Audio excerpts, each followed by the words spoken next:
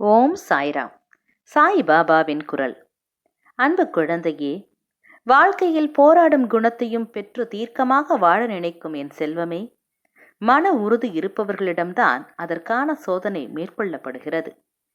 உன் மனம் என்பது நான் வசிக்கும் கோட்டை. அந்த கோட்டையில் என் அனுமதி இல்லாமல் ஒரு தூசி கூட நுழையாது.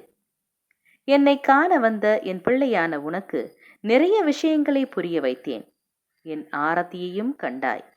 அங்கு உன் முன்னர் சிரித்துக் கொண்டு இருந்தேன். எதற்கு தெரியுமா? நீ இன்னும் வளரவே இல்லை.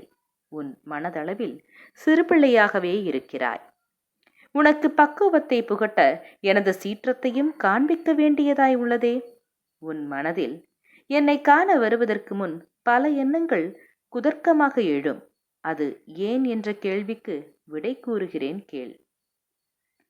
என்னை தரிசிக்க வரும் என் பிள்ளையின் மனம் அமைதியாக நிலைப்படும் நிலையில் இருக்க வேண்டும். எந்த விதமான சஞ்சலமும் இல்லாமல் மனம் இருக்க வேண்டும். அதற்குத்தான் என்னை பார்ப்பதற்கு முன் உன் மனதில் எழுந்த எண்ணங்களே அவை. நீ துன்பங்களால் வலுவிழந்து மனதளவில் பாதிக்கப்பட்டிருக்கிறாய். இந்த நேரத்தில் தேவையில்லாத எண்ணங்கள் உன்னிடமும் உன் மனமிடத்தில் உள்ளே வர எல்லா முயற்சியையும் செய்யும்.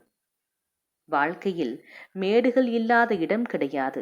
அதுதான் உன்னை யார் என்று உனக்கு உன்னையும் அறிமுகப்படுத்தும். எல்லா மரங்களும் சிறியதாக இருப்பதுமில்லை, பெரியதாக இருப்பதுமில்லை. சிறியதாய் இருக்கும் மரங்களை பெரிய மரங்கள் பார்த்து பிரமிக்குமாம். ஒரு நாள் நான் இப்படி வளர வேண்டும் என்று.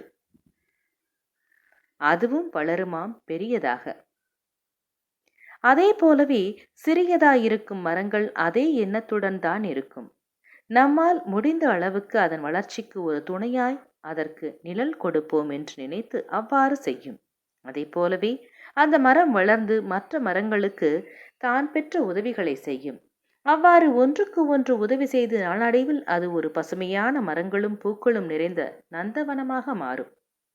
முதலில் வளர்ந்து நின்ற அந்த மரத்திற்கு நாம் வளர வேண்டும் என்ற ஏக்கம் இருந்தது. அதே போல்தானே மற்ற மரங்களுக்கும் தோன்றியிருக்கும் என்று நினைத்ததால்தான் நந்தவனம் தோன்றியது. முதல் மரம் நாம் வளர்ந்து விட்டோம், இது போதாது, வானளவாக வளர்ந்து நிற்க வேண்டும் என்று நினைத்திருந்தால் நந்தவனம் தோன்றியிருக்காது. அது தன் தரத்தை பார்க்கவில்லை. தனக்கு கிடைத்த போதுமான வளர்ச்சியில் மன நிறைவு பெற்று தான் இருந்த அந்த பழைய நிலையையும் நினைத்ததால்தான் அவற்றால் இப்படி யோசிக்க முடிந்தது. அவற்றைப் போலவே மனிதனும் எண்ணினால் எல்லோரும் வாழும் வாழ்க்கை நந்தவனமாக மாறும். நீ நன்றாக வாழ்வாய்.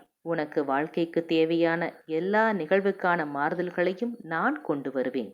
எதற்கும் பயப்படாதே, திகைப்படையாதே. நான் உனக்காக இருக்கிறேன். என் பரிபூர்ண அருளும் ஆசீர்வாதமும் அன்பும் உனக்கு என் மனதில் இருந்து நான் கொடுக்கிறேன். என் வாக்கை, என் பிள்ளைக்கான வாக்கை காப்பாற்ற நான் என்ன வேண்டுமானாலும் செய்வேன். சாயை பணிக. அனைவருக்கும் அமைதி நிலவட்டும். என்றும் உங்கள் நலம் விரும்பும் பராசக்தி.